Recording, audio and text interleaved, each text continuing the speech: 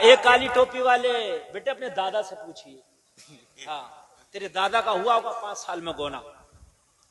توجہ کریں توجہ کریں، وہ دیکھ نہیں رہا کیونکہ اس کے سمجھ میں نہیں آ رہی ہے بات سمجھیے آپ. ادھر لڑکا نہیں گزرتا تھا، سسرال تک نہیں جاتا تھا جب تک گونا نہیں ہو گیا، چالا نہیں ہو گیا، لڑکی سے بات نہیں، ملاقات نہیں، اس بستی کی طرف سے گزرنا نہیں، آنا نہیں، جانا نہیں. کیوں؟ لوگ کیا کہیں گے؟ یہ شرم و حیا کا عالم تھا. اور آج کی بات تو یہ ہے، خالی منگنی ہوئی ہے، خالی رشتہ ہوا ہے، ابھی نکاح نہیں ہوا. اتنا بڑا موبائل لا دیا گیا، کبھی ادھر سے فون ہے، کبھی ادھر سے فون ہے. حقیقت بتا رہا ہوں میں، کبھی ادھر سے فون اور کبھی ادھر سے فون. کبھی کیا ہو گیا؟ کہنے لگے حضرت وہ رشتہ جو ہو گیا وہ وہیں سے بات چلی، اور ظالم ڈکیت بدماش کہ جائز ہے بات کرنا. ابھی رشتہ ہوا، ہم نے منگنیاں بھی ٹوٹتی دیکھی ہیں، ہم نے باراتیں واپس جاتی دیکھی ہیں. کیا ہے اسلام میں اس تیرے رشتے کی نوعیت اور حقیقت مجھے پتا. ابھی کان کھول کے سن لے، اگر تو نے اپنی بیٹی کا کہیں رشتہ کیا تھا تو اگر ماحول ہے بھی، لوگ کہتے ہیں کیا کریں حضرت ماحول چل رہا، اگر کسی سے کہو اور بھائی بیٹی سے بات کیوں کرا رہے ہو، ابھی تو خالی رشتہ ہوا ہے، ابھی تو خالی منگنی ہوئی ہے، تو جواب دیتا مولانا کیا کرے، ایسا ہی تو ماحول چل رہا ہے، کیا کرے مولانا، حالات ہی ایسے ہے. ارے کان کھول کے سن، ماحول کو نہیں دیکھا جائے گا، حالات کو نہیں دیکھا جائے گا، بلکہ محمد رسول اللہ کی شریعت کو دیکھا جائے گا. جب تیری بیٹی کی منگنی ہوئی تھی تو لڑکے والوں سے کہہ دیتا کان کھول کے سن لینا، جب تک نکاح نہیں ہو جاتا میری بیٹی فون پہ بات نہیں کرے. فون پہ بات ہی نہیں بلکہ فون پہ ہی بات ہو جاتی ہے، آ جاؤ مراد آباد میں شاپنگ بھی ہو جائے گی. میرے بھائی حرام ہے، ہم بدلے ہیں، اس چیز پہ کنٹرول کرنا ہے. بات سمجھ میں آ رہی ہے کہ نہیں آ رہی ہے؟ کنٹرول کرنا ہے. انشاءاللہ عزتوں میں 4 چاند لگیں گے. رب کعبہ کی قسم کھا کے کہتا ہوں تم ماحول کے پیچھے نہ جاؤ. ماحول کے پیچھے میرے نبی جاتے تو پھر خدا کا ایک ہونے کا اعلان کیسے کرتے؟ میرے نبی تو تشریف لائے تو خانہ کعبہ میں 360 خداؤں کی پوجا کی جاتی تھی. میرے نبی تو سوچتے یار ماحول خراب ہے، حالات خراب ہے، میں کیوں اعلان کروں ایک خدا کا؟ ارے مومن وہی تو ہوتا ہے جو برے حالات میں اچھے حالات پیدا کر دیتا ہے. ایمان والے کی خوشبو یہی تو ہوتی ہے. یہ گلاب کا پھول ہے، اسے بدبو میں بھی ڈالو تو یہ اپنی خوشبو الگ رکھے گا. یہ تو سوچ لے یار کہ یہ تو بدبو کا ماحول ہے، یار میں کیوں اپنی خوشبو بکھیروں؟ نہیں، یہ گلاب ہے، اس کا کام ہے خوشبو بکھیرنا. یہ بکھیرے گا، بکھیر کر رہے گا، اس لیے کہ جس کا جو کام ہے وہ کر کے رہے گا. او مسلمانوں کان کھول کے سن لو، میں قسم کھا کے کہتا ہوں اگر آپ نے یہ شرط رکھ دی منگنی تو ہو رہی ہے، رشتہ تو پکا ہے، مگر جب تک نکاح نہیں ہو جاتا نہ فون ادھر سے جائے گا نہ ہماری بیٹی پہ فون ادھر سے آئے گا. ہماری بیٹی تو موبائل رکھتی نہیں، یہ تو بات کرتی نہیں. میں وعدہ کرتا ہوں لڑکے کی نظر میں بھی اور ان لڑکے والوں کی نظر میں بھی اس بیٹی کی عزت بڑھ جائے گی. بات میری غلط تو نہیں ہے؟ عزت بڑھ جائے گی. زمانہ برا ہے مگر ابھی اتنا برا نہیں ہے. اتنی ابھی فرق ہے زمانے کو کہ یہ پردہ لڑکی ہے، باحیا لڑکی ہے، اسی کی عزت زیادہ ہے. سمجھ رہے نا میرے بھائی؟ اسی کی عزت زیادہ ہے. حالات بدلے ہیں تو ہمارے بدلے ہیں.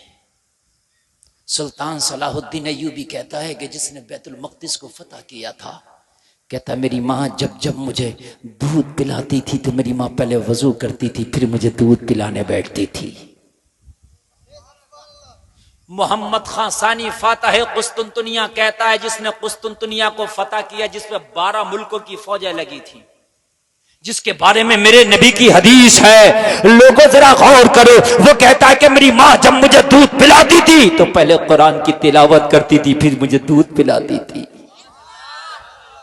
میری ماں کی زبان پر قرآن کی تلاوت اور میرے منہ میں ماں کا پستان ہوتا تھا. میں ماں کا پستان چوس کے جب دودھ پیتا تھا دودھ حلق کے نیچے اترتا تھا، وہ دودھ خون بن کے جب میری رگوں میں دوڑا تو اس خون نے مجھے سونے نہ دیا. میرا خون کہتا تھا تجھ پہ نیند حرام ہے جب تک قسطنطنیہ کی فضیلوں پہ نبی کا نام بلند نہ کر دے. اندر سے میرا خون، میری غیرت مجھے سونے نہیں دیتی تھی. یہ جو ہم مسجد میں جاتے ہیں نماز پڑھتے ہیں، نماز میں دل ہی نہیں لگتا. اکثر نوجوانوں کی لوگوں کی شکایت ہے، حضرت میرا ذہن بھاگتا رہتا ہے، نماز میں مزہ نہیں آتا، دل نہیں رکتا. تو کم سے کم دیکھ لے کہیں حرام کے لقمے تو نہیں کھا رہا. اگر حرام کے لقمے کھائے گا تو مزہ مسجد میں نہیں آئے گا، سنیما گھر میں آئے گا. بدبو کا کیڑا خوشبو میں مر جاتا ہے، یہ مثال ہے بزرگوں کی، اور خوشبو کا کیڑا بدبو میں مر جاتا ہے. دیکھ لے کہیں حرام کے لقمے تو نہیں ہے تیری روزی میں. اگر حرام کے لقمے ہے، قرآن کی تلاوت میں مزہ نہیں آئے گا، اللہ اللہ کرنے میں مزہ نہیں آئے گا، نمازوں میں مزہ نہیں آئے گا، تلاوت میں مزہ نہیں آئے گا، ریاضت میں مزہ نہیں آئے گا، گانوں میں مزہ آئے گا، ڈانس پارٹی میں مزہ آئے گا، مقابلوں میں مزہ آئے گا، قوالیوں میں مزہ آئے گا، حرام کاریوں میں مزہ آئے گا، اچھے کاموں میں مزہ نہیں آئے گا. پہلے اپنے لقموں کو دیکھ لے. اگر لقمے حلال کے ہیں پھر برے کام تجھے برے لگیں گے، اچھے کام تجھے اچھے لگیں گے. بعض آدمی اپنے پڑوسی کا بھی مارے پڑا، اپنے بھائیوں کا بھی مارے پڑا، اپنے خاندانیوں کا بھی مارا پڑا، اور عمرہ کرنے ہر سال جا رہا، ہر سال عمرہ کر رہا کہ لوگ کہہ رہے بھائی بڑے ہی نیک ہے. اور نیک کتنے بھی ہو میرے بھائی، اگر تم نے لوگوں کا مارا ہے تو یہ عمرہ قبول نہیں ہوگا. اور حاجی جی کان کھول کے سن لو، اگر بھائی کا مارا ہے تو حج بعد میں کرنے جانا، پہلے اپنے بھائی کا حق ادا کر دو. اگر تم نے اس کا ادا نہ کیا نا تو پھر تم حج کرنے بھی جاؤ گے نا، مسجد نبوی میں بھی نماز پڑھو گے نا، مسجد حرام میں اگر نماز پڑھو گے نا تو خدا کی قسم کھا کے کہتے ہیں تمہاری نمازیں وہ پھر کسی کام کی نہیں، تمہارے منہ پہ مار دی جائیں گی. او لوگو کان کھول کے سن لو، بدلے ہیں تو ہم بدلے ہیں. ہم اپنی روزیوں کا بالکل بھی محاسبہ نہیں کرتے، اپنی زندگی کا محاسبہ نہیں کرتے، اپنے گھر کی جو ہے عورتوں کا محاسبہ نہیں کرتے، اپنی زندگیوں کا محاسبہ نہیں کرتے. حقیقت بات تو یہ ہے، میرے نبی کا غلام صحابی رسول ہے، میرے نبی کے پیچھے مسجد نبوی میں نمازیں پڑھتا ہے، روزانہ فجر کی نماز پڑھتا ہے، سلام پھیرتا ہے، سلام پھیرنے کے بعد مسجد میں رکتا نہیں، فوراً چلا جاتا ہے. میرے نبی دعا کرتے ہیں، سارے صحابی دعا میں شامل ہوتے، مگر میرے نبی کا یہ صحابی روزانہ نمازیں پڑھ پڑھ کے چلا جاتا، کسی دن رکتا ہی نہیں. ایک دن میرے نبی کی نظر پڑ گئی، میرے نبی نے اسے بلا لیا، طلب کر کے فرمایا او میرے صحابی، دعا تو عبادتوں کا مغز ہے، تم سلام پھیرتے ہو، فجر کا سلام پھیر کے فوراً گھر چلے جاتے ہو، دعا کیوں نہیں مانگتے؟ رونے لگا، آنکھوں میں آنسو ہیں، عرض کرنے لگے آقا کون نہیں چاہے گا کہ آمنہ کا لال دعا مانگے اور اس کا غلام ان کے پیچھے بیٹھ کے آمین بولے؟ کون نہیں چاہے گا محمد عربی کے پیچھے بیٹھ کر کے دعاؤں پہ آمین کہے؟ یا رسول اللہ میری بھی چاہت ہے، مگر میرے ساتھ کچھ ایسی مجبوری ہے کہ جس کی وجہ سے میں دعا میں شامل نہیں ہو پاتا. اللہ اللہ. میرے نبی فرماتے ہیں میرے غلام تجھے ایسی کون سی مجبوری لگ گئی؟ ہم تو اپنا نام بھی بتاتے ہیں تو فخر کے ساتھ، ہم فلاں کا بیٹا فلاں کا پوتا. لوگوں کان کھول کے سنو، خالی نام اسلامی رکھ لینے سے کام نہیں چل جائے گا، خالی ٹوپی رکھ لینے سے کام نہیں چل جائے گا، خالی گوشت کھا لینے سے کام نہیں چل جائے گا، گھر کے دروازے پہ ماشاء اللہ لکھ لینے سے، ھذا من فضل ربی لکھ لینے سے کام نہیں چل جائے گا، بلکہ شریعت مصطفیٰ پہ عمل کر لینے سے کام چلے گا. میرے مصطفیٰ نے فرمایا کیوں جاتا ہے؟ عرض کرنے لگے آقا میرے گھر پہ چھوٹے چھوٹے بچے. کیا ہے میرے گھر پہ؟ چھوٹے چھوٹے بچے. میرے گھر پہ چھوٹے چھوٹے بچے یا رسول اللہ. میرے نبی نے فرمایا اور بھی کتنے ایسے نمازی ہیں کہ ان کے چھوٹے چھوٹے بچے وہ تو نماز بھی پڑھتے ہیں دعا بھی کرتے ہیں. عرض کی آقا بات اتنی نہیں ہے، بچے ہیں چھوٹے چھوٹے، میرا پڑوسی ایک یہودی ہے.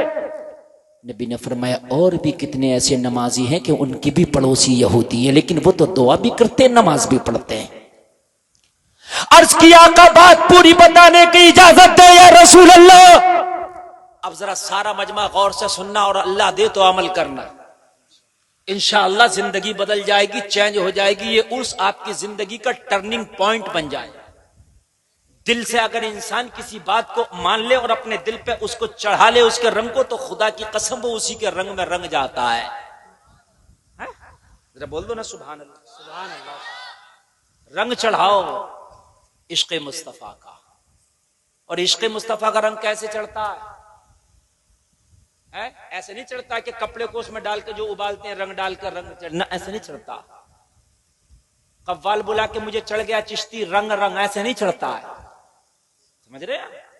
قوال کو بلا لیا کہ ہاں بھی ذرا چشتی رنگ چڑھاؤ، تو وہ چشتی رنگ نہیں ہے.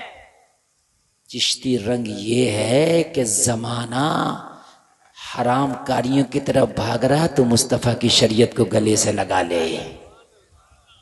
یہ ہے رنگ.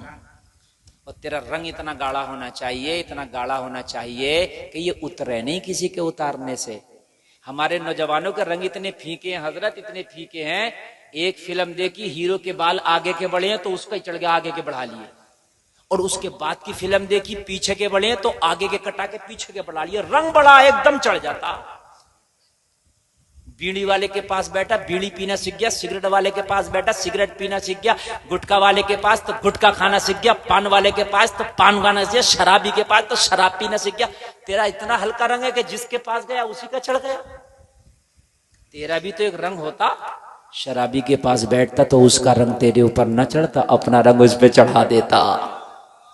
زور سے بولو، اس کی شراب چھڑوا دیتا، یہ کمال تھا۔ جواری کے پاس بیٹھتا اس کی جوا چھڑوا دیتا، یہ کمال تھا۔ اپنا چڑھانا، تیرا اتنا ہلکا کیوں ہو گیا؟ او بھائی، جن کپڑوں کے رنگ بہت ہلکے ہوتے ہیں نا، بہت جلدی اتر جاتے ہیں، ان کپڑوں کی بازار میں بھی کوئی اوقات نہیں ہوتی۔ کہتے نا اس کا کلر اتر جائے گا بھائی اس کو نہیں لوں گا۔ کلر اتنا مضبوط رکھ کہ دنیا کے رنگ تیرے اوپر اثر نہ کر سکے، تیرا اثر رنگ ایسا ہو کہ جہاں جائے بروں میں بیٹھے نا تو بروں کا رنگ تیرے اوپر نہیں آئے، تیرا بروں کے اوپر چلا جائے۔